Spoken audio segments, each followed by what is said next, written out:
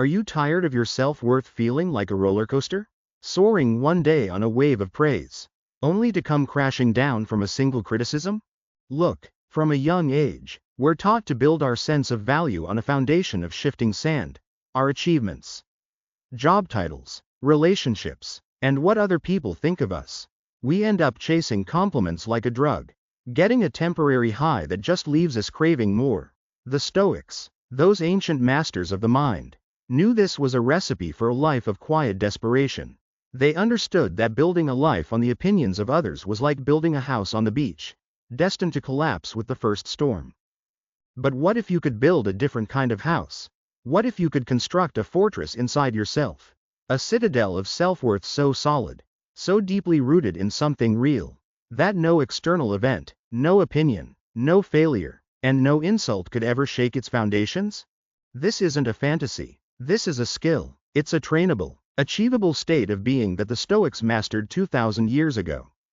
Today, we're not just going to talk about their philosophy, we are going to decode the ancient secrets to building that rock-solid sense of self that no one can ever take away from you. So, before we can build something new, we have to understand why the old design is so flawed.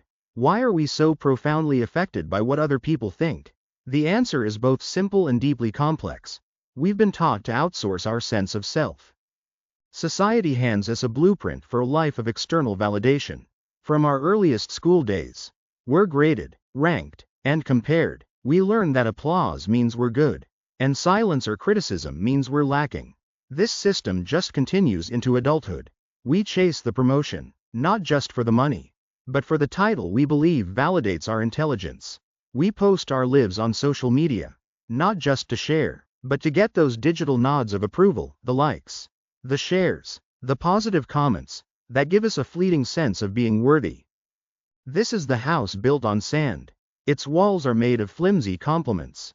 Its windows are so fragile that a single disapproving glance can shatter them. And the roof? It's made of public opinion. And it leaks with every whispered criticism, every unanswered message, every goal we fail to meet.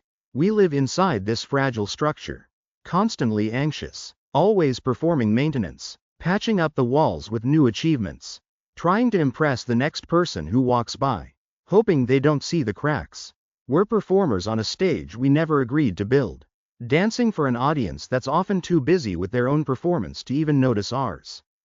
The great Stoic philosopher Epictetus, a man born a slave who became one of the most revered teachers of his time, saw the fatal flaw in this design. He called it the dichotomy of control. This principle states that the world is divided into two neat categories: things that are within our power, and things that are not. Within our power are our beliefs, our judgments, our intentions, and our actions. Outside our power is, well, almost everything else. What people think of us, whether they like us, if we get the job, our reputation, even our health and wealth to a large degree. The Stoics argued that our suffering comes from one single, catastrophic error. We try to build our sense of worth on things we fundamentally can't control. We've become slaves, not to a master of flesh and blood as Epictetus was, but to the approval of others. We hand over the keys to our inner peace to anyone and everyone, just hoping they'll be kind. But hope is not a strategy. This dependency creates that constant, low-grade anxiety we all know, the feeling of refreshing your email to see if your boss was pleased, the sinking in your stomach when someone leaves you on read, the desperate need to explain yourself when you're misunderstood. It's a life where our own well-being is held hostage by the whims of others. The Roman Emperor Marcus Aurelius, arguably the most powerful man in the world at the time, wrote about this paradox with stunning clarity in his private journal. He said, "It never ceases to amaze me. We all love ourselves more than other people, but care more about their opinion than our own. Just think about that. We love ourselves, yet we trust the judgment of strangers, colleagues, and people on the internet, people who, as Marcus pointedly noted, often don't even respect themselves more than we trust our own." This is the trap of external validation. It's a game rigged against us, because the goalposts are always moving and the judges are fickle. It's time to stop playing. It's time to leave the house of sand and begin building a fortress. The Stoics didn't just diagnose the problem, they engineered the solution. They created a blueprint for building an internal source of self-worth. One that's immune to the chaos of the outside world. This blueprint has 3 foundational pillars. If you can understand and practice them, you will fundamentally change where your self-esteem comes from something fragile and external to something resilient and internal. Marcus Aurelius gave us a powerful metaphor for this first principle. He spoke of retreating into one's inner citadel. Imagine your mind as a fortified castle. Outside its walls, the world rages on. There are storms of criticism, armies of judgment, and the unpredictable weather of fortune. You can't stop most of it. But within the walls of your citadel, you are the ruler. You have absolute control. This inner citadel is your mind, your character, your principles. Building and reinforcing it is the first and most crucial step. It starts with a ruthless and consistent application of Epictetus's dichotomy of control. You have to train yourself, every single day, to distinguish between what you can influence and what you can't. So what's actually inside your citadel? Your choices, your intentions, the effort you put in, the integrity you act with, your response to whatever happens around you. Notice that none of these are outcomes.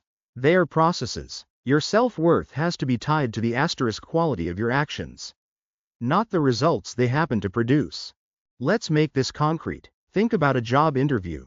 The normal approach is to tie your self-worth to the outcome. If I get this job, I'm smart and worthy. If I don't, I'm a failure. That's building on sand. The Stoic approach is to focus only on what's inside your citadel. You can control how thoroughly you research the company. You can control how you prepare your answers. You can control the effort you put into presenting yourself professionally and honestly. You can control being gracious. Whether you get the job or not, you cannot control the other candidates, the interviewer's mood, their biases, or their final decision. A Stoic gets their self-worth from the excellence of their own effort. They walk out of that interview and say, I prepared diligently, I answered honestly, I conducted myself with integrity. My work here is done. And it was good work. The outcome is irrelevant to their self-assessment. Whether they get a rejection or an offer, their sense of worth stays stable, because it was never tied to the external event in the first place. That is true freedom. It's realizing you can be a success in your own mind, by your own metrics, regardless of what the world sends back. Epictetus, who lived this philosophy under the most extreme circumstances, knew his master could chain his body, but could never touch his mind, his will, or his character, in the only way that mattered. He was freer than the man who owned him. Your inner citadel is the part of you that can never be conquered, unless you surrender it yourself. Stop letting the outside world dictate the terms of your inner peace. Fortify your walls. Focus only on what is yours to command, your own character. The second pillar of the Stoic blueprint requires a radical shift in who holds the gavel. For most of our lives, we've allowed others to sit in the judge's chair, presiding over the court of our self-worth. A compliment is a verdict of good. A criticism is a verdict of flawed. We're in a state of perpetual trial, anxiously awaiting the next judgment. The Stoics tell you to walk into that courtroom, thank the guest judges for their time, and politely ask them to leave. Then, you take the seat yourself. You are the only judge of your own worth. Epictetus put it perfectly. If you are ever tempted to look for outside approval, realize that you have compromised your integrity. If you need a witness, be your own. Needing a witness means you don't trust your own account. Seeking approval means you value an outsider's judgment more than your own. So how do you become your own judge? The Stoics gave us a clear legal framework, the 4 cardinal virtues: wisdom, justice, courage, and temperance. These virtues become your unchanging standard. Your self-worth is no longer measured by the volume of applause, but by how well your actions aligned with these principles. At the end of the day, the question isn't, did they like me? But, was I brave? Was I fair? Was I wise? Did I act with moderation? This inner scorecard is immune to outside opinion. Praise becomes pleasant but unnecessary. Like a sweet dessert after a nourishing meal. You can enjoy it, but you don't need it to survive. An insult, on the other hand, loses its sting. The philosopher Seneca argued that a wise person can't truly be insulted, because an insult is just someone else's incorrect judgment about you. If what they say is untrue, It's just noise, an error on their part, not a reflection on you. And if an insult happens to contain a grain of truth, then it's not an insult, it's feedback. It's a valuable piece of information that can help you improve. It's a gift. The person's intent might have been to harm you, but their intent is outside your control. You choose how to receive it. This gets to the heart of what Epictetus taught, that you have to know your own value and decide what it's worth. When your price is your integrity and your principles, you realize no amount of praise is worth selling out for. You wouldn't trade a bar of gold for a handful of sand. So why would you trade your own self-respect for a fleeting compliment from someone whose standards you may not even admire? Imagine a master carpenter. She's spent decades honing her craft. She knows the feel of the wood, the precision of her tools, the integrity of her joints. If a child wanders into her workshop and says, "Your chair is ugly," does the carpenter fall to pieces? Does she question her life's work? No, she smiles, because she knows the quality of her work. Her self-worth as a craftsman is built on her skill, not on the untrained opinion of a passerby. We have to become the master carpenters of our own character. The final pillar is perhaps the most transformative. It's about our relationship with failure, difficulty, and pain. Society teaches us to see hardship as a sign that we're worthless. If you fail, lose, or get rejected, the message is that you're just not good enough. This is a devastating blow to self-esteem. The Stoics flip this logic completely. For them, hardship isn't a verdict on your worth. It's the training ground where worth is forged. Seneca, who endured political exile, chronic illness, and eventually a death sentence, wrote that, "Difficulties strengthen the mind, as labor does the body." Every challenge you face is a chance to practice the virtues. A difficult colleague isn't a curse, they're a training partner for your patience. A financial setback isn't a sign of personal failure, it's an exercise in resilience and creativity. A frightening diagnosis isn't a punishment, it's an arena to display your courage. The most famous Stoic maxim, from Marcus Aurelius, is, "The impediment to action advances action." What stands in the way becomes the way. The obstacle isn't something to avoid, it's the raw material for your growth. Think of a blacksmith forging a sword. The raw iron isn't a sword, it's just a lump of potential. To become a sword, it has to be subjected to intense heat, hammered repeatedly, and plunged into cold water. This violent, stressful process is what transforms it into a strong, resilient blade. Hardship is the fire and the hammer that forges our character. Avoiding it doesn't keep us safe, it leaves us weak and untested. This reframing is profoundly empowering. It means that nothing that happens to you can diminish your worth. Because every single event, no matter how painful, is a chance to build it. When you succeed, you get to practice gratitude and humility. When you fail, you get to practice resilience, perseverance, and the wisdom to learn. There is no scenario where you can't exercise virtue and deepen your self-respect. Look back on the toughest times of your life, the heartbreaks, the failures, the losses. As painful as they were, aren't you stronger now because of them? Didn't you discover reserves of strength you never knew you had? Those weren't moments that proved you were worthless. Those were the moments you were in the forge. The Stoics teach us to not just endure these moments, but to welcome them. They are what make us. Your self-worth isn't some static property you're born with.